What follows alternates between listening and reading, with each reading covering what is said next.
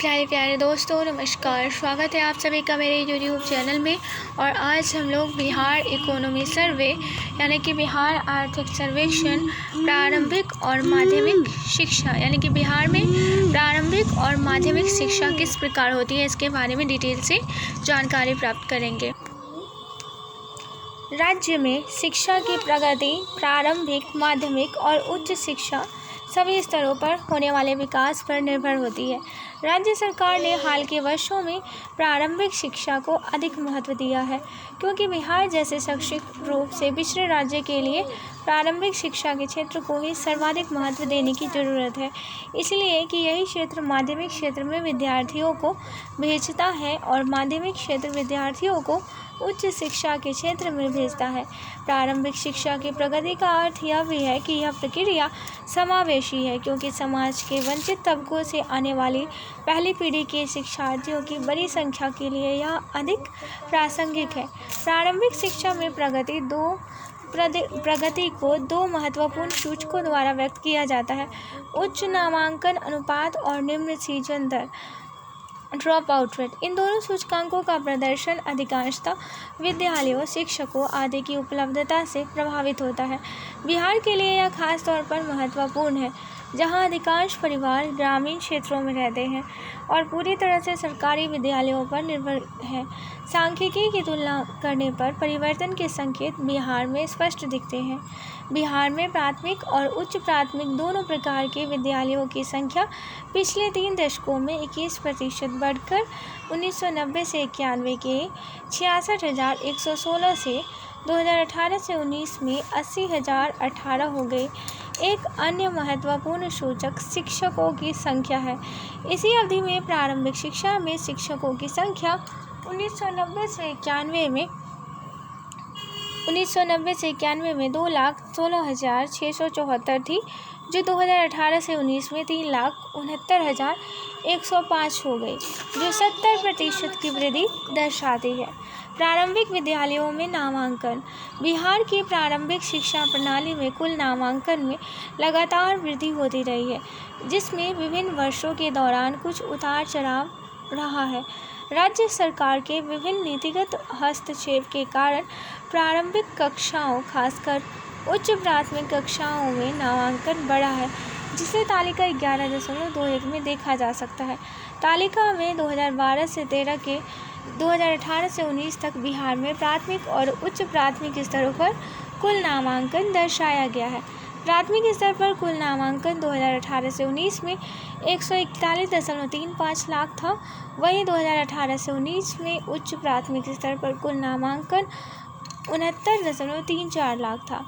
प्राथमिक और उच्च प्राथमिक को मिलाकर देखने पर कुल नामांकन 2018 से 19 में 210.67 लाख था।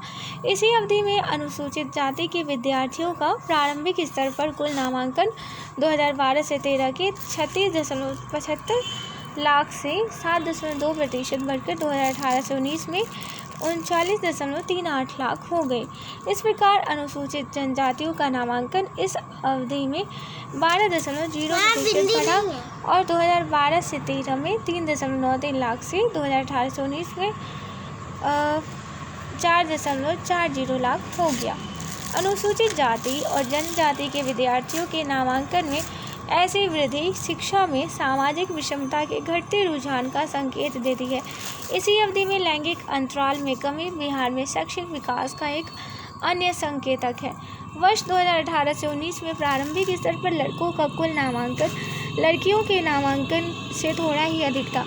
अनुसूचित जाति और जनजाति के विद्यार्थियों में भी ऐसा ही पैटर्न दिखता है। प्राथमिक और उच्च प्राथमिक दोनों को मिलाकर देखें तो 2018 से 19 में कुल नामांकन में लड़कों का 50.7% और लड़कियों का 49.3% हिस्सा था। प्राथमिक तथा उच्च प्राथमिक स्तरों पर हुए नामांकन को यहाँ प्रदर्शित किया गया है तालिका में। यहाँ पे देख सकते हैं प्राथमिक लड़के कितने हैं, प्राथमिक लड़कियाँ कितनी हैं, उच्च प्राथमिक लड़के कितने हैं येलो से, और उच्च प्राथमिक लड़कियां कितनी हैं। तो प्रारंभिक और उच्च प्राथमिक में कितना डिफरेंट आता है देख सकते हैं यहाँ पे तालिका में अच्छे से। प्रारंभिक लड़के को रेड से और पर्पल से प्राथमिक लड़कियों को और उच्च प्राथमिक लड़के को येलो से और उच्च प्राथमिक लड़कियों को मैरून कलर से यहाँ प्रदर्शित किया गया है। सीजन दर को देख लेते हैं। सीजन दर क्या है? उच्च नामांकन की सफलता तभी सार्थक है जब नामांकित बच्चे विद्यालयों में आगे भी पढ़ना जारी रखें, लेकिन खास स्तर पर पहुंचने के पहले पढ़ाई छोड़ देने की समस्या बिहार में बड़ी समस्या रही है। विभिन्न अध्ययनों में पढ़ाई छोड़ देने के विभिन्न कारकों की पहचान की गई है। इन सारे कारकों को मोटे तौर पर 3 श्रेणियों में बांटा जा सकता है: आर्थिक कारक, सामाजिक एवं सांस्कृतिक कारक तथा विद्यालय का वातावरण और अधिसंरचना। बिहार के मामले में विद्यार्थियों द्वारा पढ़ाई छोड़ने को ये सारे कारक प्रभावित करते हैं: मजदूरी से आय, घरेलू काम आदि, अवसर जनित लागत। कुछ आर्थिक कारक है जो माता पिता अभिभावकों को बच्चों को पढ़ने के लिए स्कूल भेजने से रोकते हैं। बिहार में 2012 से 13 से 2018 से 19 तक शिक्षा के प्राथमिक, उच्च प्राथमिक, माध्यमिक और उच्च माध्यमिक स्तरों की सीजन दरें तालिका में प्रस्तुत है। हाल के वर्षों में सीजन दरों में लगातार गिरावट आई है। प्राथमिक स्तर पर सीजन दर में 2012 से 13 से 2018 से 19 तक 10.35% अंकों की गिरावट आई है। इस अवधि में उच्च प्राथमिक स्तर पर यह गिरावट 1.89% अंकों की थी, जो 2012 से 13 के 46.70% से 2018 से 19 में 44.81% रह गई। इस प्रकार इन 7 वर्षों में माध्यमिक स्तर पर 3.42% अंकों की गिरावट आई। लड़कियों के मामले में सीजन दरें प्राथमिक, उच्च प्राथमिक और माध्यमिक सभी स्तरों पर लड़कों की अपेक्षा कम है। लड़कियों द्वारा पढ़ाई छोड़ने का बड़ा कारण स्कूलों की घर से दूरी है। लड़कियों के बीच साइकिल का वितरण और लड़कियों के स्कूल जाते समय साथ रहने के लिए टोला सेवकों की सेवा लेने से उनकी शिक्षा अधिक सुरक्षित होती है और पढ़ाई जारी कर पाती है। हालांकि माध्यमिक स्तर पर सीजन दर प्राथमिक और उच्च प्राथमिक स्तरों की अपेक्षा काफ़ी अधिक है। माध्यमिक स्तर पर सीजन दर 2018 से 19 में 59.43% थी, जिसका अर्थ हुआ कि कक्षा 1 में नामांकित 41% बच्चे ही माध्यमिक शिक्षा पूरी कर पाते हैं। अधिकाधिक विद्यार्थियों को स्कूलों में बनाए रखने के लिए मूलतः लड़कियों के प्रति अधिक अनुकूल होने और बेहतर शिक्षा उपलब्ध कराने की ज़रूरत है। प्राथमिक, उच्च प्राथमिक और माध्यमिक स्तरों पर सीजन दरों को यहाँ पे दिखाया गया है। पहले भी कहा गया है कि उच्च सीजन दरों के लिए अनेक कारक जिम्मेदार हैं और इस परिघटना से बचने के लिए हाथ से नामांकित विद्यार्थियों को प्रति साधारण के लिए लगातार अनुश्रवण की जरूरत है। सीजन दरों में कमी लाने के लिए राज्य सरकार द्वारा कई कदम उठाए गए हैं। यहाँ समाज के सामाजिक और आर्थिक रूप से वंचित तबकों पर, खासकर अनुसूचित जाति जनजाति तबके के विद्यार्थियों पर विशेष रूप से ध्यान देने की ज़रूरत है। तालिका 11.23 में बिहार में प्राथमिक, उच्च प्राथमिक और माध्यमिक स्तरों पर अनुसूचित जाति और अनुसूचित जनजाति के विद्यार्थियों की 2012 से 13 से 2018 से 19 तक की सीजन दरें प्रस्तुत की गई है। इस अवधि में अनुसूचित जाति और जनजाति के विद्यार्थियों की सीजन दरों में भी उत्तरोत्तर कमी आई है। गौरतलब है कि प्राथमिक, प्रारंभिक, उच्च प्रारंभिक और माध्यमिक तीनों स्तरों पर अनुसूचित जाति की लड़कियों की सीजन दरें पूरी अवधि में अनुसूचित जाति के लड़कों से कम रही है। अनुसूचित जनजाति के विद्यार्थियों के मामले में भी सभी स्तरों पर, खासकर प्राथमिक और उच्च प्राथमिक स्तरों पर अनुसूचित जनजाति की लड़कियों की सीजन दरें पूरी अवधि में लड़कों से कम थी।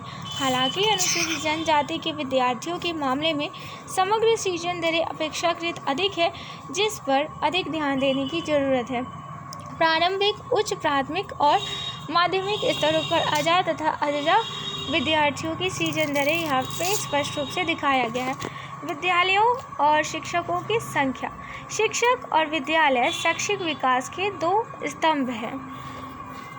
प्राथमिक और उच्च प्राथमिक विद्यालयों की जिलावार संख्या तालिका 11.19 में प्रस्तुत है। बिहार में प्राथमिक और उच्च प्राथमिक विद्यालयों की कुल संख्या 2016 से 17 के 72,981 से बढ़कर 2018 से 19 में 80,018 हो गई। इस अवधि में ढेर सारे प्राथमिक विद्यालयों को उच्च प्राथमिक विद्यालयों में उत्क्रमित किया गया। वर्ष 2018 से 19 में विद्यालयों की संख्या के लिहाज से 3 सर्वोत्तम प्रदर्शन करने वाले जिले पटना, पूर्व चंपारण और गया थे। दूसरी ओर विद्यालयों की सबसे कम संख्या वाले 3 जिले शिवहर, शेखपुरा और अरवल थे। नई शिक्षा नीति 2020 के अनुसार प्रत्येक विद्यालय के स्तर पर 30:1 से कम का विद्यार्थी शिक्षक अनुपात सुनिश्चित किया जाएगा। अतः नामांकन बढ़ने से शिक्षकों की संख्या भी बढ़ानी होगी। अभी प्रारंभिक स्तर पर 3,59,105 शिक्षक हैं। इनमें से 1,45,589 प्राथमिक खंड में और 2,23,516 उच्च प्राथमिक खंड में है। वर्ष 2018 से 19 में बिहार में सभी 38 जिलों में शिक्षकों की सर्वाधिक संख्या वाले 3 जिले पूर्व चंपारण, मधुबनी और मुजफ्फरपुर थे। बिहार में प्राथमिक और उच्च प्राथमिक विद्यालयों के शिक्षकों का जिलावार संख्या तालिका में प्रस्तुत है। शिक्षा पर व्यय। शैक्षिक अधोसंरचना पर सरकारी व्यय शिक्षा की गुणवत्ता और बेहतर आर्थिक परिणामों का कारण बनता है। बिहार में अर्थव्यवस्था के समग्र विकास के लिए मानव पूंजी का विकास निहायत जरूरी है। हाल के वर्षों में शिक्षा क्षेत्र का व्यय काफ़ी बढ़ा है। तालिका 11.24 में पिछले 6 वर्षों में शिक्षा पर व्यय और कुल बजट में तथा सामाजिक सेवाओं पर कुल व्यय में इसका हिस्सा दर्शाया गया है। इससे पता चलता है कि 2014 से 15 से 2019 से 20 के बीच शिक्षा पर कुल व्यय 58.3% बढ़ा है, जिसकी औसत वार्षिक वृद्धि दर 9.2% रही है। वहीं 2014 से 15 से 2019 से 20 के बीच कुल व्यय में इसका हिस्सा 13 से 19% के बीच रहा है। इसी प्रकार इन 6 वर्षों में सामाजिक सेवाओं पर व्यय में शिक्षा का हिस्सा 31 से 53% के बीच रहा है। तालिका 11.24 में 2014 से 15 से 2019 से 20 के बीच शिक्षा पर कुल व्यय का इसके तीनों घटकों प्रारंभिक, माध्यमिक और उच्च में बंटवारा भी दर्शाया गया है। स्पष्ट है कि इन वर्षों में कुल व्यय में प्राथमिक शिक्षा का अन्य 2 घटकों से अधिक हिस्सा था। वर्ष 2019 से 20 में कुल व्यय में प्रारंभिक शिक्षा पर व्यय का 66.4% हिस्सा था, जबकि शेष 33.6% व्यय माध्यमिक और उच्च शिक्षा पर तथा पुस्तकालय, शोध और प्रशिक्षण आदि अन्य चीज़ों पर किया गया था। यहाँ पे शिक्षा पर व्यय दिखाया गया है। मध्याह्न भोजन योजना। मध्याह्न भोजन योजना में 6 से 14 वर्ष उम्र समूह के बच्चों को विद्यालय में अधिक नामांकन तथा प्रतिसाधारण को बढ़ावा देने के लिए प्रारंभिक शिक्षा के क्षेत्र में किया गया एक महत्वपूर्ण हस्तक्षेप है। केंद्र सरकार द्वारा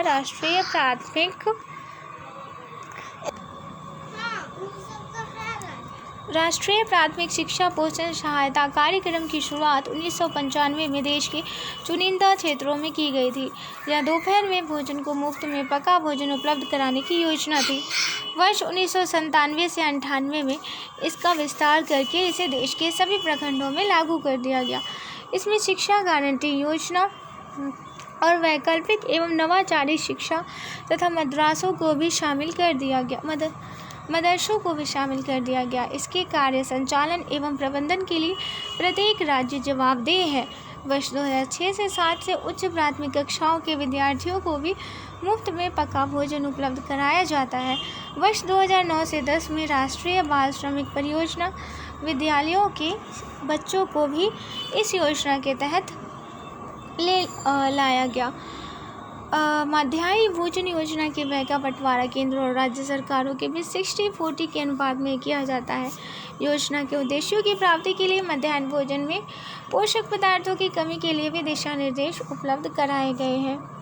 यहाँ पे दिखाया गया है कितनी कैलोरी मिलनी चाहिए प्रत्येक दिन। मध्याह्न भोजन योजना के आच्छादन की 2014 से 15 में 2019 तक की समग्रता में स्थिति तालिका 11.26 में दर्शाई गई है। वर्ष 2019 से 20 में योजना के तहत प्राथमिक स्तर पर 71.75 लाख और उच्च प्राथमिक स्तर पर 35.68 लाख विद्यार्थी आच्छादित थे। वर्ष 2014 से 15 से 2019 से 20 के बीच प्राथमिक स्तर पर योजना का समग्र आच्छादन लगभग 64.2% था। यहाँ पे दिखाया गया है इससे नामांकन में बढ़ोतरी हुई है। मध्याह्न भोजन योजना का प्राथमिक और उच्च प्राथमिक दोनों स्तरों पर जिलावार आच्छादन तालिका में प्रस्तुत है। इसको आप तो देख लेंगे। अब कस्तूरबा गांधी बालिका विद्यालय। कस्तूरबा गांधी बालिका विद्यालय KGBV अनुसूचित जाति, जनजाति, अन्य पिछड़ा वर्ग, मुसलमान और BPL समुदायों की लड़कियों के लिए आवासीय उच्च प्राथमिक विद्यालय है। इनकी स्थापना शैक्षिक रूप से पिछड़े प्रखंडों में की जाती है, जहां विद्यालयों के अधिक दूरी होने के कारण लड़कियों के लिए सुरक्षा की समस्या पैदा होती है। इसके कारण लड़कियां अक्सर पढ़ाई छोड़ देने के लिए बाध्य होती है। कस्तूरबा गांधी बालिका विद्यालय नियमित प्राथमिक शिक्षा पूरा नहीं कर पाने वाली किशोरियों और कठिन क्षेत्रों की प्रवासी आबादी की उम्र लड़कियों के लिए स्थापित हुए हैं। इन विद्यालयों में अनुसूचित जाति, जनजाति, अन्य पिछड़ा वर्ग और अल्पसंख्यक समुदाय की लड़कियों के लिए 75% और गरीबी रेखा से नीचे स्थित परिवारों की लड़कियों के लिए 25% स्थान आरक्षित होते हैं। वर्ष 2007 में कस्तूरबा गांधी बालिका विद्यालयों को सर्व शिक्षा अभियान कार्यक्रम में अलग घटक के बतौर समाहित कर दिया गया। वर्ष 2019 से 20 में राज्य में 535 कस्तूरबा गांधी विद्यालय थे, जिनमें कुल 50,318 लड़कियां नामांकित थे। इन नामांकित लड़कियों में से 23,897 48% अनुसूचित जाति की, 4,177 8% अनुसूचित जनजाति की और 17,656 यानी कि 35% अन्य पिछड़ा वर्ग की, 1,635 3% BPL और 2,953 6% अल्पसंख्यक समुदायों की थी। समग्र शिक्षा अभियान के तहत बालिका छात्रावासों का प्रावधान उच्च माध्यमिक स्तर तक भी किया गया है। इससे शैक्षिक रूप से पिछड़े प्रत्येक प्रखंड में, जिनमें किसी अन्य योजना के तहत कोई आवासीय विद्यालय नहीं है, कक्षा 6 से 12 की लड़कियों को कम से कम एक आवासीय विद्यालय की सुविधा मिलेगी। अभी राज्य में कक्षा 6 से 12 तक के लिए 93 कस्तूरबा गांधी बालिका विद्यालय चल रहे हैं, जिनमें 4,245 विद्यार्थी नामांकित हैं। राष्ट्रीय उच्च शिक्षा अभियान। राष्ट्रीय उच्चतर शिक्षा अभियान 2013 में शुरू की गई केंद्र प्रायोजित योजना है, जिसका लक्ष्य राज्य के पात्र उच्चतर शैक्षिक संस्थानों को रणनीतिक वित्त पोषण उपलब्ध कराना है। वित्त पोषण में केंद्र और राज्य सरकारों के बीच 60:40 के अनुपात में भागीदारी है। योजना के तहत धनराशि का प्रवाह चिन्हित संस्थानों तक पहुंचने के पहले केंद्रीय मंत्रालय के राज्य सरकारों के जरिए राजकीय उच्चतर शिक्षा परिषदों को होता है। राष्ट्रीय उच्चतर शिक्षा अभियान के दूसरे चरण को केंद्र सरकार द्वारा अप्रैल 2017 से मार्च 2020 तक 3 वर्षों के लिए स्वीकृति मिली थी। वर्ष 2019 से 20 में कार्यक्रम का कुल व्यय 93 करोड़ रुपए था, जिनमें से 96% रकम वार्षिक कार्य योजना एवं बजट के लिए स्वीकृति थी। समग्र शिक्षा अभियान केंद्र सरकार द्वारा 2018 से 19 में शुरू किया गया समग्र शिक्षा अभियान विद्यालय पूर्व से कक्षा 12 तक को आच्छादित करने वाला कार्यक्रम है। इसमें मानव संसाधन विकास मंत्रालय की पहले की 3 अग्रणी योजनाओं प्रारंभिक स्तर को कवर करने वाले सर्व शिक्षा अभियान, कक्षा 9 और 10 तथा कक्षा 11 और 12 के कुछ खास घटकों को कवर करने वाले राष्ट्रीय माध्यमिक शिक्षा अभियान और कक्षा 1 से 10 तक पढ़ाने के लिए शिक्षकों की गुणवत्ता बढ़ाने के लिए हस्ते शिक्षक प्रशिक्षण संस्थानों को अधिसंरचनात्मक और संस्थागत सहयोग देने के लिए लक्षित अध्यापक शिक्षा विषयक केंद्र प्रायोजित योजना को समाहित कर दिया गया है।